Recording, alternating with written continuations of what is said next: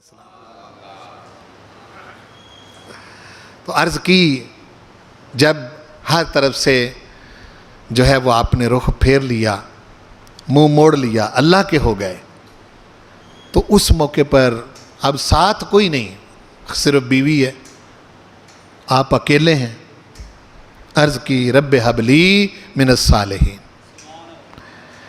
میرے پروردگار مجھے صالح بچہ عطا کر, صالح بچہ عطا کر. اس دعا کے جواب میں پروردگار نے سیدنا اسماعیل علیہ السلام عطا فرمائے تھے. فبشرناہ بغلام حلیم, تو ہم نے خوشخبری دی ابراہیم علیہ السلام کو ایک حلیم بیٹے کی. حلیم بردبار, جس کے اندر نام کی بھی جذباتیت نہیں کہ مغلوب الجذبات ہو کے, مغلوب الغضب ہو کے فیصلے کرتا ہو, نہ, بڑے سمجھدار اور بہت عقل مند.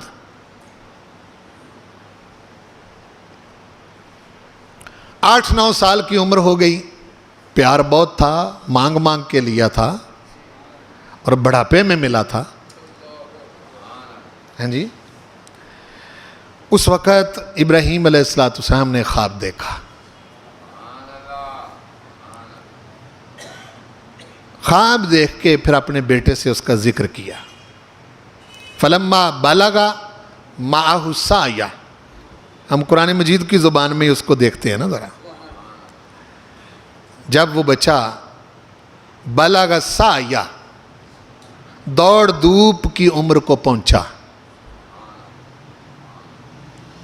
قالا یا بنیا, یا ابنی نہیں کہا, اے میرے بیٹے, اتنا نہیں.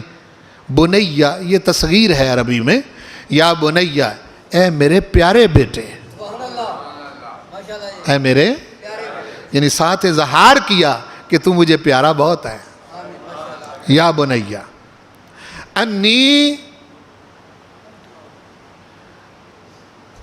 یا بنیا انی ارا فی المنام, وہی ذکر کیا جو دیکھا تھا کہ بیٹے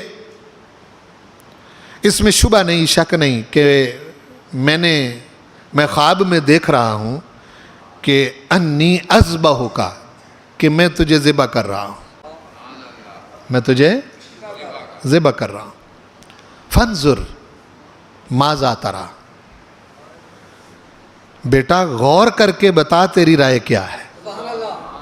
فانظر کا مطلب ہے غور و فکر کر, دیکھ, سوچ ذرا, غور و فکر کر کے یہ بتا کہ ماذا تری, تیری رائے کیا ہے.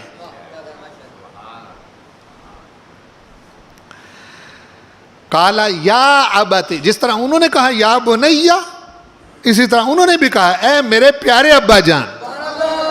دونوں طرف سے پیار کا اظہار ہو رہا ہے. یا ابتی افعل ما تؤمر, یہ نہیں کہا کہ وہ کیجئے جو خواب میں دیکھا ہے, یہ نہیں کہا. اسماعیل علیہ السلام کو اتنی ہی سمجھ ہے کہ یہ خواب عام بندے کا نہیں ہے, یہ خواب عام بندے کا نہیں ہے. وہ جانتے تھے کہ میرا باپ کون ہے, ان کو بہت پتا تھا کہ ابراہیم کون ہے. یہ کہا کہ افعل, کر گزریے, ما تؤمرو, جو آپ کو حکم دیا گیا ہے. یعنی دیکھیں, غور فرمائیں, یہ نہیں کہا کہ وہ کیجئے جو خواب میں دیکھا ہے, بلکہ کہا کر گزریے ما تؤمرو, جو حکم دیا گیا ہے. اسماعیل علیہ السلام کا جواب بتا رہا ہے کہ آپ سمجھتے تھے کہ ابراہیم علیہ السلام کا خواب عام خواب نہیں ہے. یہ پروردگار کے حکم پر مشتمل ہے. ما تؤمر, اور پھر اپنی نفی کر دی بالکل ہی. اگلی بات کا, اپنے صبر کی بات کرنے سے پہلے ایک اور بات کی, ستجدنی انشاءاللہ من الصابرین. من الصابرین بعد میں کہا ہے, یہ نہیں کہا میں صبر کروں گا انشاءاللہ، یوں نہیں کہا، بلکہ یوں کہا ستجدنی، ابا جان آپ مجھے پائیں گے، میرا اس میں کمال نہ ہوگا، انشاءاللہ اگر اللہ چاہے گا من الصابرین، صبر کرنے والوں میں سے۔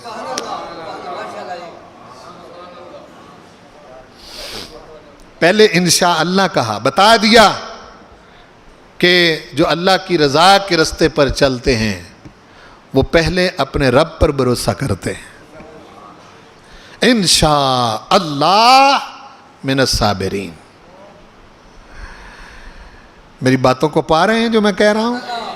جی، میں آیات میں سے ہی اس کا سیاق و سباق آپ کے سامنے رکھ رہا ہوں۔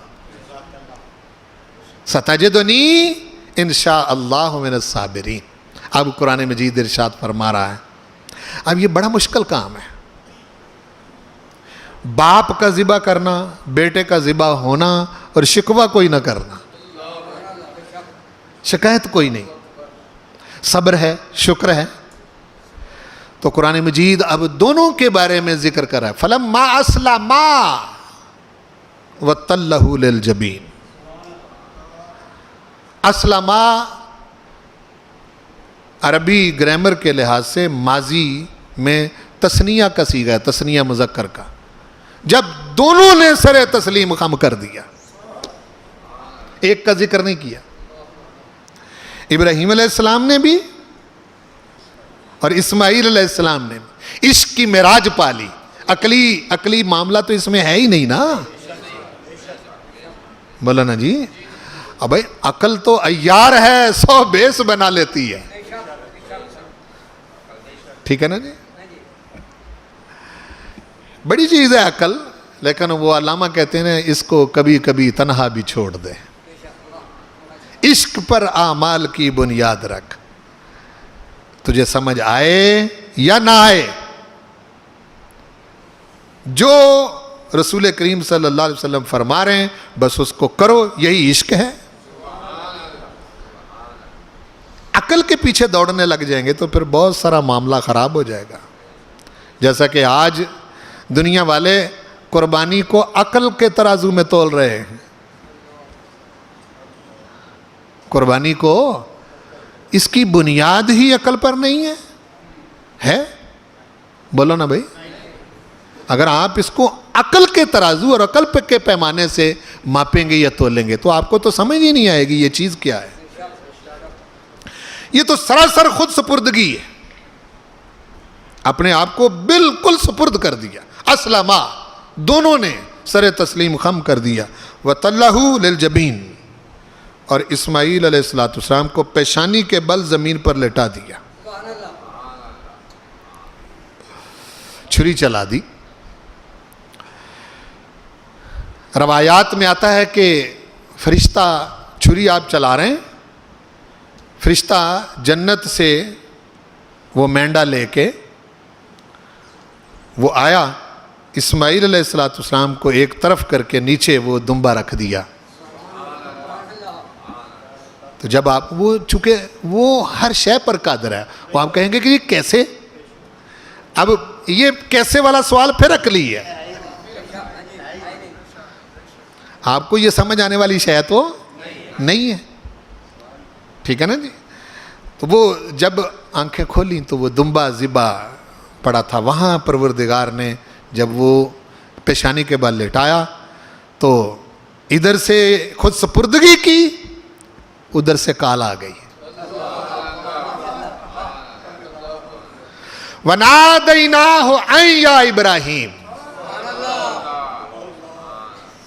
ہم نے آواز دی، پروردگار ارشاد ہم نے آواز دی، ابراہیم، اے ابراہیم قد صدقت الرؤیا، تو نے خواب کو سچ کر دکھایا۔ نعرہ تکبیر، نعرہ رسالت، نعرہ حیدری۔ جو ایک انسان کے بس میں تھا وہ سب کچھ ہوا، پیچھے پیچھے چھٹی نہیں ملی، کیوں بھائی؟ پیچھے پیچھے چھٹی نہیں ملی، گھر میں تھے، خواب تو پہلے دیکھا تھا، تو یہ نہیں کہا کہ چلو ابراہیم یہ تو خواب کی بات ہے چھوڑو، نہیں, ان کی بات ہوئی اپنے بیٹے سے, انہوں نے آگے سے کیا کہا وہ بھی ذکر کیا.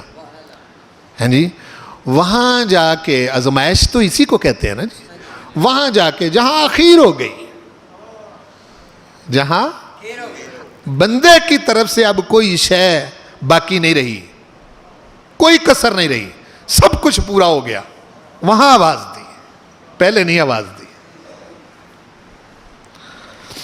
بھائی رستے میں کاریگر بھی تو ملا تھا نا,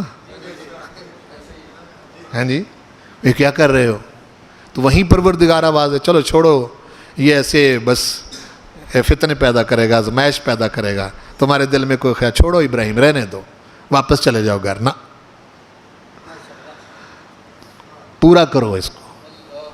آخر تک گئے, اخیر ہو گئی, تب آواز آئی, نادیناہ یا ابراہیم قد صدقت الرؤیا انا کذالک نجزی المحسنین. تو نے میرے حکم کو اچھی طرح سمجھا ہے, محسن ہے تو ابراہیم, جب بندہ محسن ہو وہی بات. ومن احسن دینا ممن اسلم وجہہ للہ وہو محسن. جو بندہ محسن ہو, سمجھ جائے ہماری بات کو, شکوے چھوڑ دے, گلے چھوڑ دے, شکر کرے, صبر کرے, تو ایسے محسنین کو پھر ہم اسی طرح کا صلہ دیتے ہیں.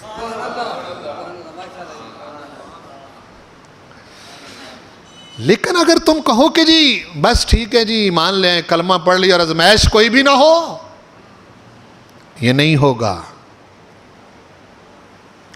سورۃ العنکبوت کی آیت نمبر 2 میں فرمایا, احسب الناس ان یترکوا ان یقولوا آمنا. لوگوں نے یہ خیال کر لیا ہے کہ وہ کہتے ہیں آمنا اور بس اتنی بات پر چھوڑ دیا جائے گا. وہم لا یفتنون, اور ان کی آزمائش نہیں کی جائے گی. وَلَقَدْ فَتَنَّ الَّذِينَ مِن قَبْلِهِمْ, ہم نے پہلوں کو بھی آزمایا تھا.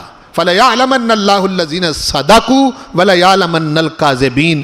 ہم سے پیار کرتے ہو, ہم دیکھیں گے تو صحیح سچے ہو یا جھوٹے ہو.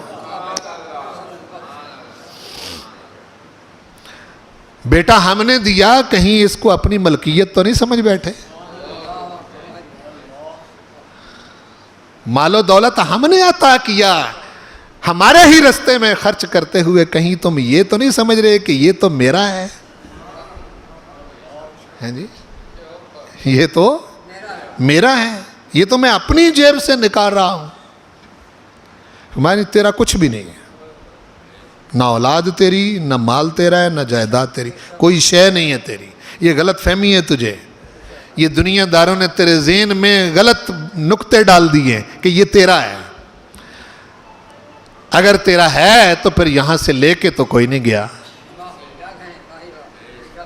کیا ہے تیرا؟ تیری مثال تو وہ ریلوے اسٹیشن پر کھڑے کلی جیسی ہے جو سارا دن سامان اٹھا کے یہاں سے یہاں, یہاں سے یہاں رکھتا ہے. جب شام کو گھر واپس آتا ہے تو ایک شے بھی اس کی اپنی نہیں ہوتی. کیوں بھائی؟ دیکھ لو اپنے گھروں میں کہ یہی نہیں ہم کرتے. میں یہ عید آ گئی, یہاں سے سامان اٹھاؤ دوسرے کمرے میں رکھو, یہاں سے اٹھاؤ ادھر رکھو, اس کی سیٹنگ ٹھیک نہیں, یہاں سے بدلو ادھر رکھو. ساری عمر یہی کام کرتے رہتے ہیں اور اپنا سمجھتے رہتے ہیں. جب واپس جاتے ہیں اسٹیشن چھوڑ کے تو کوئی شے اپنی نہیں ہوتی. ایسے ہی ہے نا. تو آزمائش تو ہوگی. وَلَنَبْلُوَنَّكُمْ بِشَيْءٍ مِّنَ الْخَوْفِ وَالْجُوعِ وَنَقْصٍ مِّنَ الْأَمْوَالِ وَالْأَنفُسِ وَالثَّمَرَاتِ. ہم تمہیں ضرور آزمائیں گے, خوف کے ذریعے بھی, بھوک کے ذریعے بھی, پھلوں میں, مالوں میں, بچوں میں, اولادوں میں کمی کر کے. پھر دیکھیں گے واہ اللہ کرتے ہو کہ صبر کرتے ہو. وَبَشِّرِ الصَّابِرِينَ, محبوب جو صبر کرے اس کو خوشخبری سناؤ. الَّذِينَ إِذَا أَصَابَتْهُمْ مُصِیبَةٌ, جب بھی کوئی مصیبت انہیں پہنچتی ہے, قالوا, تو وہ اتنا ہی عرض کرتے ہیں انا للہ و انا الیہ راجعون, ہم اللہ کے ہیں, اسی کی طرف لوٹ کر جانے والے ہیں.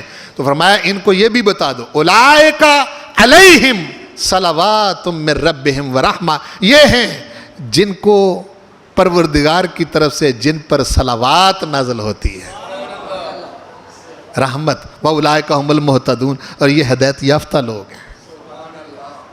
فرمایا یہ کہ تم نئے نہیں ہو، آزمائشیں تو آئیں گی تمہاری، اب بھی آئیں گی،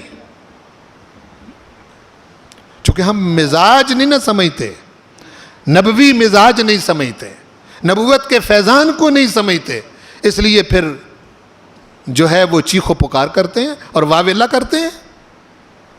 سورہ بقرہ میں ہی جہاں دوسرا پارہ نصف ختم ہوتا ہے وہاں ارشاد فرمایا ام حسبتم ان تدخلوا الجنہ، تم نے یہ سمجھ رکھا ہے کہ تمہیں یوں ہی جنت میں داخل کر دیا جائے گا؟ بس تم نے کہا آمنا، ہم ایمان لائیں اور بس ٹھیک ہے جی جنت میں جاؤ۔ وَلَمَّا يَأْتِكُمْ مَثَلُ الَّذِينَ خَلَوْا مِن قَبْلِكُمْ، ابھی تک تو تم پر وہ حالات ہی نہیں گزرے جو تم سے پہلے لوگوں پر گزرے تھے۔ مَسَّتْهُمُ الْبَأْسَاءُ وَالضَّرَّاءُ وَزُلْزِلُوا، انہیں تکلیفیں پہنچیں، آزمائشیں آئیں، وَزُلْزِلُوا، اور تم سے پہلے لوگوں کو خوب ہلا جلا کے دیکھا گیا، ٹھونک بجا کے دیکھا گیا، سچے ہیں کہ جھوٹے ہیں۔ حتیٰ یقول الرسول والذین معہ، حتیٰ کہ اس وقت کا رسول اور اس پر ایمان لانے والے، حتیٰ یقول الرسول والذین معہ، رسول اور اس پر ایمان لانے والے پکار اٹھے متی نصر اللہ، اللہ کی مدد کب آئے گی؟